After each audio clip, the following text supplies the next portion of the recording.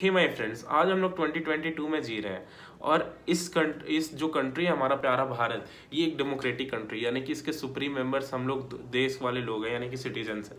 So my friends, अगर हमें कोई डिसीजन लेना होगा तो हम लोग तो सिंपली, क्योंकि हम लोग तो सबसे ऊपर है, तो 138 करोड़ लोग साथ में मिल बैठ के चाय पानी पी के डिसीजन लेते हैं। क्या ये सही है? ये बिल्कुल सही नहीं है, ये तो इम्प्रैक्टिकल इलॉजिकल है ना। क्या कभी 138 करोड़ लोग साथ में आके कभी कोई डिसीजन ले पाएंगे क्या? 138 करोड़ लोग। तो इसीलिए हम लोग क्या करते हैं, इलेक्शन करवाते हैं, अपने रिप्रेजेंटेटिव्स को चुनते हैं। सो दोस्तों, माय फ्रेंड्स, हम लोग आज इसी टॉपिक के बारे में बात करने वाले हैं, इलेक्शन और इलेक्शन कमीशन से जुड़े सारे टॉपिक्स, जो कि यूपीएससी के लिए बहुत ही इंपॉर्टेंट टॉपिक है। तो माय फ्रेंड्स, आगे बढ़ते हैं हम लोग इलेक्शन की तरफ। हम लोग जब खुद से डिसीजन नहीं ले सकते तो क्या फायदा, हम लोग चुनते हैं रिप्रेजेंटेटिव्स को, कैंडिडेट्स को। इसीलिए election is acting as a spirit of democracy.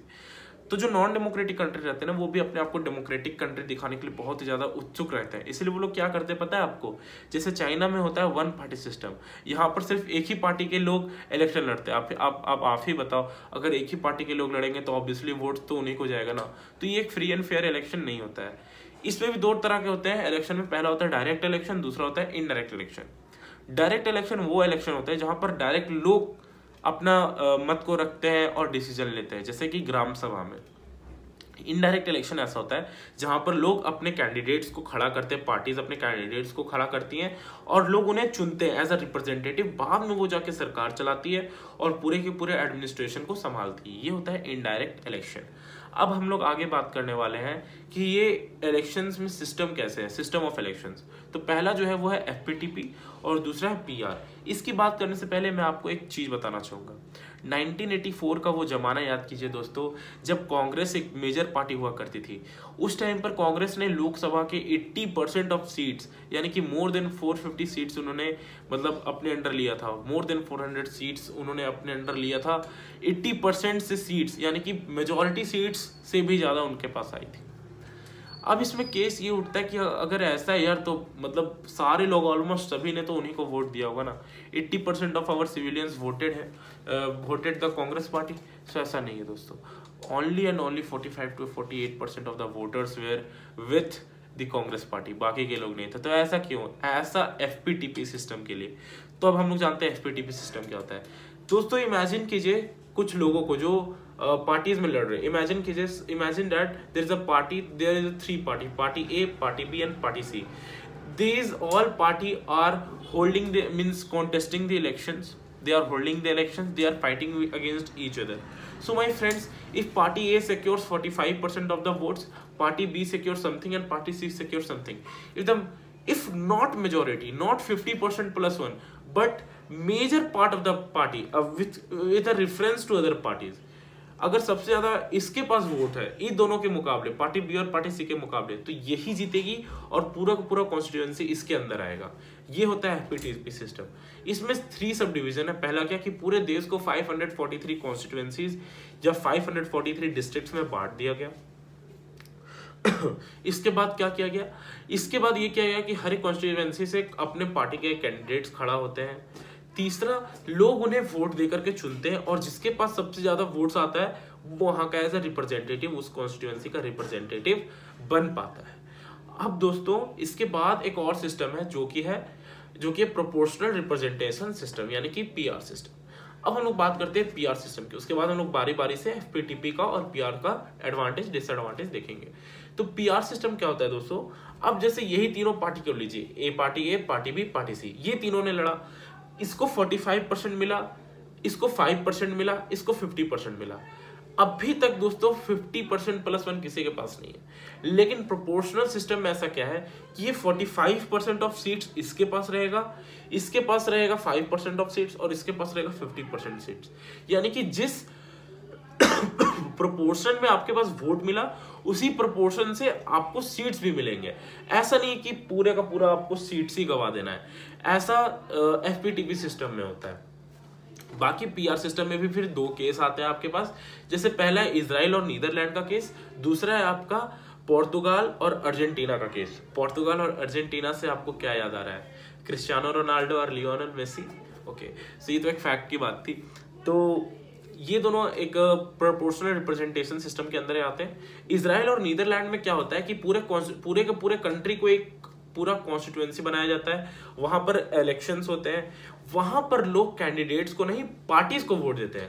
हमारे यहाँ क्या होता है कि जो पार्टीज के कैंडिडेट, हम लोग कैंडिडेट का नाम पढ़ते हैं, हाँ मनोहर लाल सिंह यहाँ पर खड़े हुए तो हम लोग उनको वोट देंगे, ABC खड़े हुए तो हम लोग उनको वोट देंगे, हम लोग नाम से जाते हैं। लेकिन ये सब कंट्रीज में पार्टीज को वोट दिया जाता है, बाद में जितना परसेंटेज ऑफ उसको मिला है सीट्स, उसी के अकॉर्डिंग वो अपना वहां पर रिप्रेजेंटेटिव या फिर कोई इलेक्टेड मेंबर वहां पर रखती है। लेकिन बात किया जाए अगर पोर्तुगाल और अर्जेंटीना की, तो यहाँ पर मल्टी कॉन्स्टिट्यूएंसी होती है, मल्टी मेंबर कॉन्स्टिट्यूएंसीज होती है। फिर बाद में यही मल्टी मेंबर कॉन्स्टिट्यूएंसीज हर एक कॉन्स्टिट्यूएंसीज में इसी तरह के प्रोपोर्शन में बांट दिया जाता है और फिर ये किया जाता है। ये दोनों वेरिएशन में एक चीज कॉमन है दोस्तों कि यहाँ पर जो मैंने जैसे कि कहा, यहाँ पर कैंडिडेट को वोट नहीं किया जाता है, यहाँ पर पार्टी को वोट किया जाता है। पार्टी पूरे 100% ऑफ प्रोपोर्शन मान के अपना लिस्ट बनाती है, जो प्रोपोर्शन में उनको मिला उसी में वो अपने कैंडिडेट्स को फिल करते जाती है। ये होता है PR सिस्टम। अब लोग बात करते हैं FATP के कुछ एडवांटेज और डिसएडवांटेज की। उससे पहले बात करेंगे कि इंडिया ने इसको अडॉप्ट क्यों किया, यही है इसका एडवांटेज। तो दोस्तों why India loves FPTP system, तो FPTP सिस्टम इसका सिंप्लिसिटी के कारण। FPTP सिस्टम बहुत ही सिंपल है, जैसा हम लोग के मन में आता है, जिसके पास ज्यादा वोट वही बनेगा राजा या वही चलेगा सरकार। ये जो सिंपल सा बात है यही FPTP सिस्टम में आता है। इसके अलावा दोस्तों जब यहाँ पर कोई स्मॉल पार्टी आती है ना, तो वो बड़े पार्टी के साथ कोलिएट करके, 1989 के बाद तो वैसे भी कोलिएशन गवर्नमेंट ही ज्यादा आ रही है, तो कोलिएट करके यहाँ पर छोटे से पार्टी को भी जल्दी इलेक्शन जीतने का मौका मिल पाता है।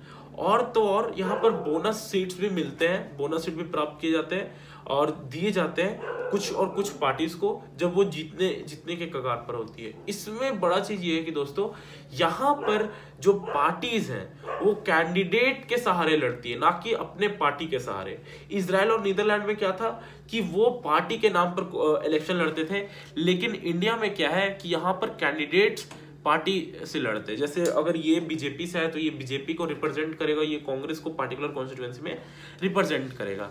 अब इसके डिसएडवांटेज देख लेते हैं। तो माय फ्रेंड्स इसके डिसएडवांटेज भी है। जैसे आप मान के चलो कि आप FPTP लिए, तो इससे क्या होता है ना कि अगर आप पार्टिकुलर कास्ट के हो या पार्टिकुलर रिलीजन के हो, अगर आप उसी रिलीजन को इन्फ्लुएंस कर रहे हो ना, तो आपको तो एक ही रिलीजन से मेजॉरिटी वोट मिल जाएगा, तब तो आप ऐसे ही जीत पाओगे। तो फिर हमारा पार्लियामेंट है ना वो डाइवर्स नहीं हो पाएगा, तो इसको डाइवर्स करना चाहिए, और ये एक लिमिटेशन है FPTP सिस्टम का। दूसरे पर आए तो जो स्मॉल कम्युनिटीज होती है, जो खुद से इंडिपेंडेंटली इलेक्शन लड़ना चाहती है, वो नहीं हो पाता है, क्योंकि उनको सहारा लेना पड़ता है बड़े पार्टीज का, क्योंकि बिना सहारा लिए वो तो आउट हो जाएंगे, क्योंकि उनको तो कोई गिनेगा नहीं। ये होता है FPTP सिस्टम। अब मैंने आपको बता दिया प्रोपोर्शनल रिप्रेजेंटेशन सिस्टम के बारे में। तो बात करते हैं इसका एडवांटेज। तो इससे क्या होता है, डाइवर्सिफाई होता है हमारा पूरा का पूरा, डाइवर्सिफाई हो जाता है हमारा पूरा जो संसद भवन रहता है या फिर पार्लियामेंट या फिर जो भी असेंबली हाउस रहता है वो डाइवर्सिफाई हो जाता है, हर लोगों को देखने का मौका मिल पाता है। लेकिन इसका डिसएडवांटेज क्या है, इसमें सिंप्लिसिटी नहीं है, इसको समझना बहुत ही कॉम्प्लेक्स है, इसका एक अलग फॉर्मूला लगता है।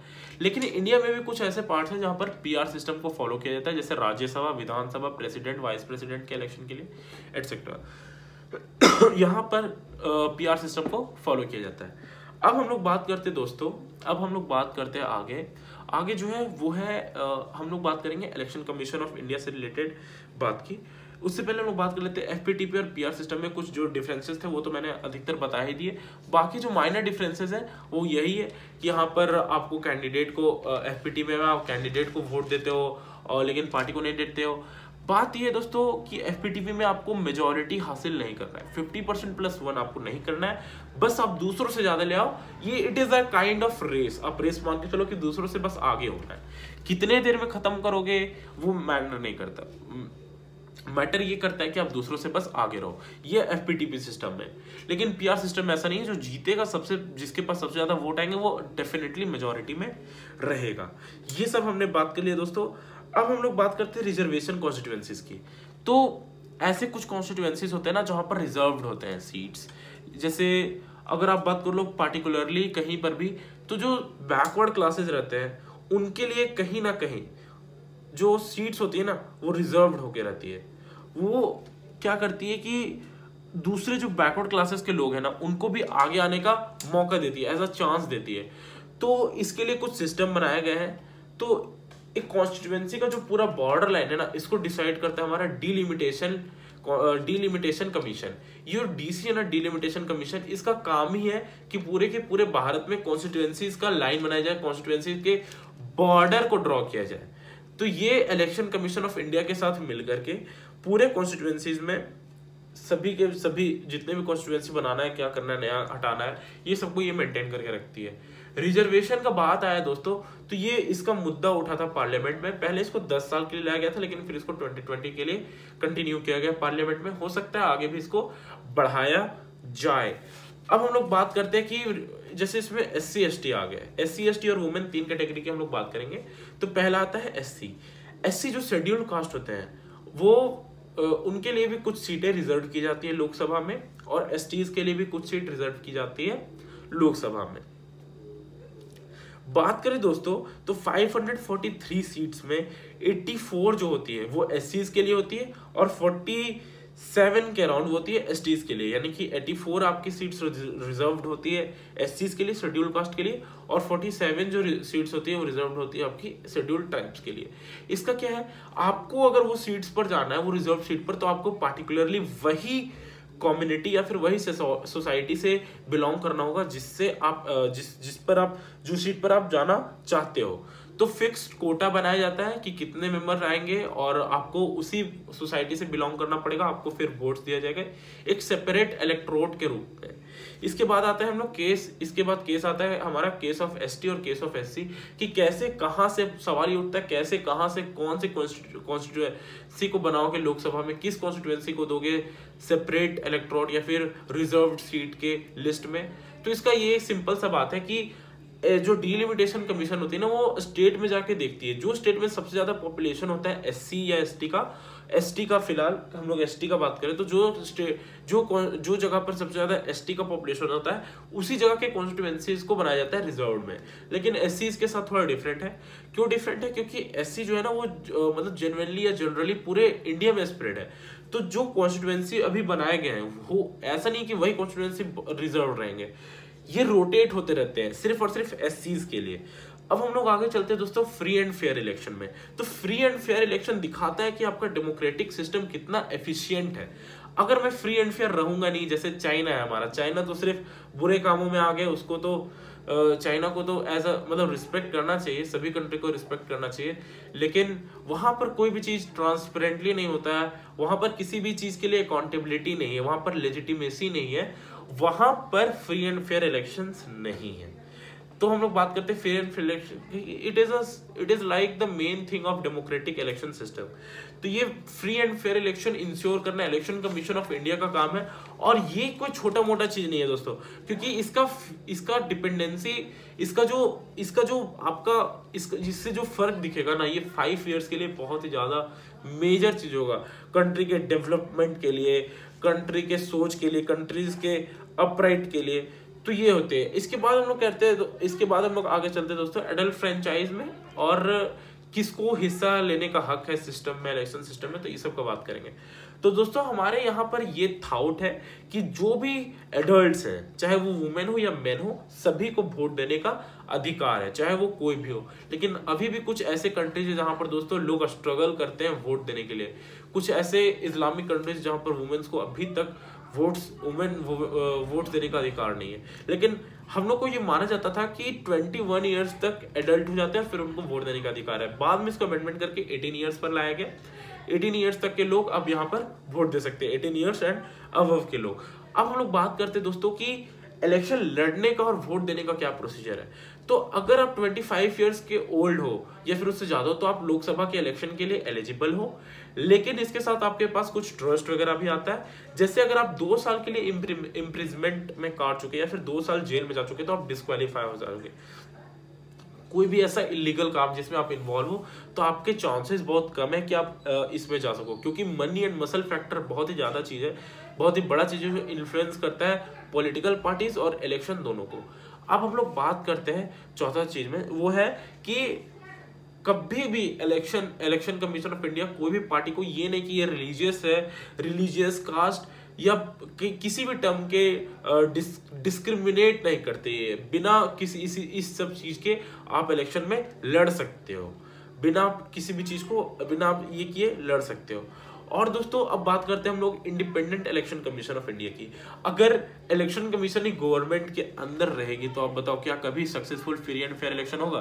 तो हमारे कॉन्स्टिट्यूशन के जो निर्माता थे ना वो बहुत सोच समझ के बनाए कि ऐसा भी एक सिस्टम होना चाहिए जो इंडिपेंडेंट हो। डिलिमिटेशन कमीशन और इलेक्शन कमीशन दोनों इंडिपेंडेंट है ताकि इलेक्शन को अच्छे से करवा सके।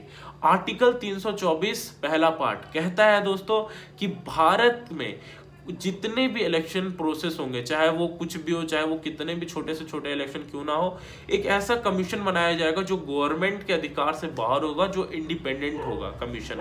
और ये कमीशन को रेफर किया जाता है इलेक्शन कमीशन ऑफ इंडिया से। तो जो इलेक्शन कमीशन ऑफ इंडिया है ये होल्ड कराती है नेशनल लेवल इलेक्शंस। ये होल्ड नहीं करा, ये लोकल इलेक्शंस को होल्ड नहीं कराती। लोकल इलेक्शन के लिए हर एक स्टेट में अलग इलेक्शन कमीशन होता है। जैसे झारखंड के लिए होता है झारखंड स्टेट इलेक्शन कमीशन। तो ये सब चीज के लिए अलग होते हैं। हर एक इलेक्शन कमीशन में हर एक स्टेट के लिए एक चीफ इलेक्टोरल ऑफिसर होता है जो कि वहां के स्टेट के इलेक्शन को देखता है, वहां के हालात को देखता है। दोस्तों इस पर भी बहुत बात चल चुका है। 1989 से पहले हमारे पास सिंगल मेंबर हुआ करते थे। 1989 के जस्ट बिफोर हमारे पास मल्टी मेंबर आए। फिर 1989 के बाद हमारे पास फिर मल्टी मेंबर हुए, सिंगल मेंबर हुए। फिर 1993 में हमारे पास सिंगल मेंबर हुए और ये अभी तक चला आ रहा है। तो ये मल्टी मेंबर सिंगल मेंबर हमेशा चेंज होते रहता है, डाइवर्सिफाई होता है। तो सीईसी को अनदर 2 ऑफिसर्स के साथ अपॉइंट किया जाता है। इसको अपॉइंट कौन करता है? इसको अपॉइंट करते हैं हमारे देश के प्रेसिडेंट। और ये किसके सलाह से करते हैं? ये काउंसिल मिनिस्टर ऑफ इंडिया के सलाह से लोगों को अपॉइंट करते हैं, यानी कि चीफ इलेक्शन कमीशन को अपॉइंट करते हैं और उन्हीं की सलाह से फिर बाकी जो इलेक्शन ऑफिसर से आगे उनको भी सिलेक्ट किया जाता है। जो मिनिमम 6 ईयर का टर्म्स है ये किया जाता है इलेक्शन कमिश्नर्स के लिए, या फिर 65 एज तक इसका लास्ट एज है। यहां तक लोग चीफ इलेक्टोरल ऑफिसर में जाते हैं, या फिर जो इलेक्शन कमिश्नर है उसका ये मिनिमम एज है। अब इसको इसमें जो कुछ अगर गलत काम किए तो इसको हटा कौन सकता है? इन लोगों को, जो ऑफिसर है या फिर कमिश्नर है, इनको भी प्रेसिडेंट ही हटा सकते हैं। अब फंक्शन क्या है दोस्तों? तो फंक्शन हम लोग जानेंगे। तो ईसीआई का यानी इलेक्शन कमीशन ऑफ इंडिया का फंक्शन पहला कि ये जितने भी नॉमिनीज है लिस्ट बनाता है कि कितने वोटर्स है, कितने नॉमिनीज है, कि इनको सेलेक्ट करना है। हो सकता है बहुत पहले का वोटर होगा जो अब डेथ हो गया हो, या फिर अभी अभी जो वोटर इनलिस्ट हुआ हो। तो जितने भी रिक्वायरमेंट नए हैं और जो पुराना हटाना है वो सब मैनेज करके सारे लिस्टिंग को डन करती है ईसीआई।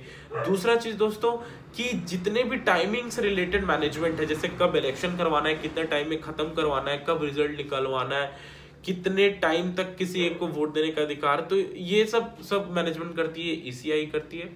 तीसरा चीज दोस्तों पार्टी के जो एलोकेट है, जैसे पार्टी को किसी को देना है, फिर पार्टी को कुछ सिंबल देना है पर्टिकुलरली, तो ये सब भी ईसीआई करती है। चौथा चीज दोस्तों एक मॉडल ऑफ कंडक्ट बनाती है ईसीआई, जिसको सभी पार्टीज को फॉलो करना है। जैसे अगर कोई रैली में अगर कोई पार्टी बंदूक वगैरह लेके या फिर हिंसक बात बोलेंगे तो उस पार्टी को रैली या कैंपेन करने से बैन भी किया जाता है। ये मोड ऑफ कंडक्ट इस तरह के बनाती है। इलेक्शन के पीरियड के दौरान इलेक्शन कमीशन ऑफ इंडिया के पास सारे एडमिनिस्ट्रेटिव पावर आ जाते हैं। जैसे अगर कोई पार्टिकुलर कॉन्स्टिट्यूएंसी में कराना है तो उस जिले के या फिर कॉन्स्टिट्यूएंसी में जितने भी एडमिनिस्ट्रेटिव ऑफिसर है सब आ जाते हैं ईसीआई के अंडर। जो डीएम का हाउस होता है डिस्ट्रिक्ट मजिस्ट्रेट के पास। आपको एक चीज बताता हूं दोस्तों, जो हमारे देश के पीएम है ना नरेंद्र मोदी, उनको भी जब इलेक्शन लड़ना पड़ता है ना कहीं कॉन्स्टिट्यूएंसी थे, तो उस कॉन्स्टिट्यूएंसी के पार्टिकुलर आईएएस ऑफिसर के पास, डीएम के पास जाकर खड़े होकर साइन करवाते हैं। तो this is the power of DM. ये छोटा सा पार्ट था। तो हर एक जगह पर जितना ही पावर है वो इलेक्शन कमीशन के पास चल जाता है। ये किसी का ट्रांसफर कर सकता है, किसी के ट्रांसफर को रोक सकता है। पता है आपको जो पोस्टल बैलेट्स या फिर जो वीपैट मशीन होती है ना जो जाती है जिससे अकाउंटिंग होता है, ये जब गाड़ी में जाती है ना तो उस स्टेट के लोग रहते ही नहीं, उस कॉन्स्टिट्यूएंसी के लोग वहां पर रहते ही नहीं, बाहर से बुलाए जाते हैं ताकि कोई मतलब इलीगल फेयर ना हो पाए या फिर मतलब अनफेयर मीन्स ना हो पाए वहां पे। तो इसको रोकने के लिए, फ्री एंड फेयर करने के लिए ये ऐसा करते हैं। बाकी अगर हम लोग आगे देखें तो इलेक्शन रिफॉर्म्स क्या है, तो इलेक्शन रिफॉर्म्स ऐसे कुछ सजेशन देते हैं जिससे इलेक्शन और अच्छे से हो पाए। 25 साल के बाद अब जो इलेक्शन कमीशन ऑफ इंडिया वो कुछ इंडिपेंडेंट हुई है, तो इसके लिए हम लोग कुछ सजेशन दे सकते हैं। पहला कि कोई कॉन्स्टिट्यूएंसी में आप पीआर सिस्टम कराओ ताकि पार्लियामेंट डाइवर्सिफाई हो जाए, सिर्फ एफपीटी पर मत निर्भर रहो। पीआर करवाओ। दूसरा चीज है स्टेट फंडिंग होना चाहिए, गवर्नमेंट को सपोर्ट करना चाहिए ताकि इलेक्शन के जितने एक्सपेंस हो वो ईसीआई मैनेज कर सके, क्योंकि इससे क्या होता है ना कि मनी एंड मसल पावर बढ़ जाता है, लोग इलीगल मीन्स का यूज करने लगते हैं। जैसे अगर मेरे पास पैसा नहीं तो मैं दूसरे पास ढूंढने जाऊंगा, मैं इलीगल तरीकों का सहारा लूंगा, चोरी करूंगा या कुछ दूसरा चीज करूंगा, तो इसको रोकने के लिए स्टेट फंडिंग जरूरी है। इसके बाद हम लोग आगे बढ़ते हैं दोस्तों, तो 1/3 सीट्स ये वुमेन्स के लिए रिजर्व करना चाहिए। हालांकि इसके लिए अमेंडमेंट लाना पड़ेगा कॉन्स्टिट्यूशन में, लेकिन 1/3 सीट्स तो कम से कम वुमेन्स के लिए मैनेज ही करना पड़ चाहिए, ताकि उनको भी अपना बोलने का अधिकार हो। आगे बात करें दोस्तों, तो इलेक्शन कमीशन ऑफ इंडिया में हम लोग क्या कर सकते हैं ना कि हम लोग बात करें तो लिस्ट को बना सकते हैं या फिर रजिस्टर को मेंटेन कर सकते हैं, ताकि अच्छे से कंप्लीट हो सके, ताकि जो लोग हैं ना वो इलेक्शन को लड़ सके या फिर उन पे इंटरेस्ट ले सके, ताकि एक रूल रेगुलेशन मेंटेन हो सके, एक फॉर्मल रूल मेंटेन हो सके। जो भी क्रिमिनल्स होते हैं जो इलेक्शन में लड़ना चाहते हैं, चाहे उनका कोर्ट में अपील ही क्यों ना क्यों, उनको बैरिड करना चाहिए। तो इस तरह के कुछ सजेशन है जो ईसीआई फॉलो कर सकती है, ताकि वो और अच्छा से इलेक्शन को रन कर सके। Apart from legal thing, 2 suggestion ऐसे भी है। पहला ये है कि हमें खुद भी, we as a people we have to also involve in political things. हमें खुद पॉलिटिकल थिंग इलेक्शन में इन्वॉल्व होना होगा। सिर्फ बाहर से क्रिटिसाइज करने से कुछ नहीं होने वाला, क्योंकि सिर्फ क्रिटिसाइज करोगे तो क्रिटिसाइज ही होते रहोगे। हमें खुद, we youth also have to try to be in election, हमें खुद भी इलेक्शन में आना होगा। दूसरा चीज है कि कुछ ऐसे संगठन बनाने चाहिए जो वॉच डॉग्स, मतलब देख सके, सरकार की निगरानी रख सके वो कैसा काम कर रहे हैं, इसमें भी हम लोग काम कर सकते हैं। बाकी जैसे रैलीज में कोई कास्ट को लेकर के बात उठेगा या कुछ रिलीजियस को लेकर बात उठेगा, तो उस सब पर बैन करना चाहिए। और हमें खुद भी ट्राई करना चाहिए कि हम लोग अपने देश के इलेक्शन को कैसे अच्छा कर सके। Thank you my friends.